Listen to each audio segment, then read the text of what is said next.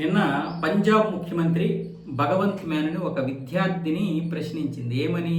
ఒకే రకం మార్కులు వచ్చినప్పుడు మీరు ర్యాంకులు వయసును బట్టి ఇవ్వడం ఏంటి అని. పంజాబ్లో ఎవరికైనా ఒకే రకమైనటువంటి మార్కులు వస్తే వాళ్ళని వయసు తక్కువ ఉన్నటువంటి వారికి మొదటి ర్యాంకు, ఆ తర్వాత మిగతా వయసును బట్టి ఇస్తారనమాట. ఉదాహరణకి ఒకే మార్కులు ముగ్గురికి వచ్చాయి. ఆ ముగ్గురులో ఎవరికి తక్కువ వయసు ఉంటే వాళ్ళకి మొదటి ర్యాంక్ ఇస్తారు.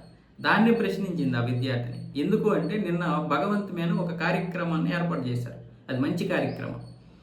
సితారే జమీన్తే అంటే ఈ పిల్లలకి ఏదైతే ఎక్కువ మార్కులు కనబరిచారో 8, 10, 12వ తరగతుల్లో ఉన్నటువంటి విద్యార్థులు ఎంకరేజ్ చేసేటటువంటి కార్యక్రమం అది.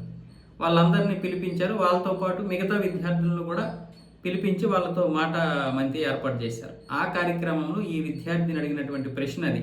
చాలామంది ఎప్పటి నుంచో దీని గురించి మాట్లాడుతున్నారు. వయసుని బట్టి ఇస్తారేంటి? మేము అందరం కష్టపడతాం, సరసమానంగా కష్టపడతాం, టీచర్లు అదేవిధంగా కష్టపడతారు, మా అందరికీ ఒకే రకమైనటువంటి మార్కులు వచ్చినప్పుడు మీరు వయసుని బట్టి ఎలా నిర్ణయిస్తారు? ఇది కరెక్ట్ కాదని.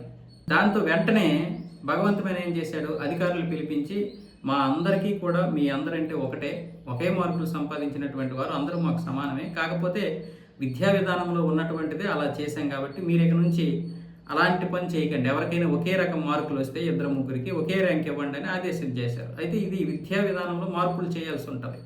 అయితే ఇక్కడ విషయం ఏంటంటే ప్రశ్నించే తత్వం ఉండాలి. భగవంత్ మాన్ అనే కాదు, ప్రధానమంత్రినైనా సరే ప్రశ్నించే తత్వం మనకు ఉండాలి.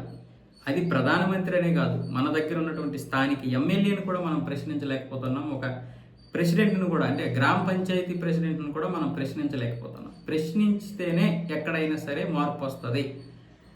అది ఏ పార్టీ అయినా ప్రభుత్వంలో ఉండనియండి, ఎవరైనా ఉండనియండి, ప్రశ్నించే తత్వం మనకు పొరబడినంత వరకు మనం మాత్రం ఖచ్చితంగా వెనకబడుతానికి గురవుతాం. ఈ విషయం మాత్రం మీరు గుర్తుపెట్టుకోండి. ప్రశ్నించాలి.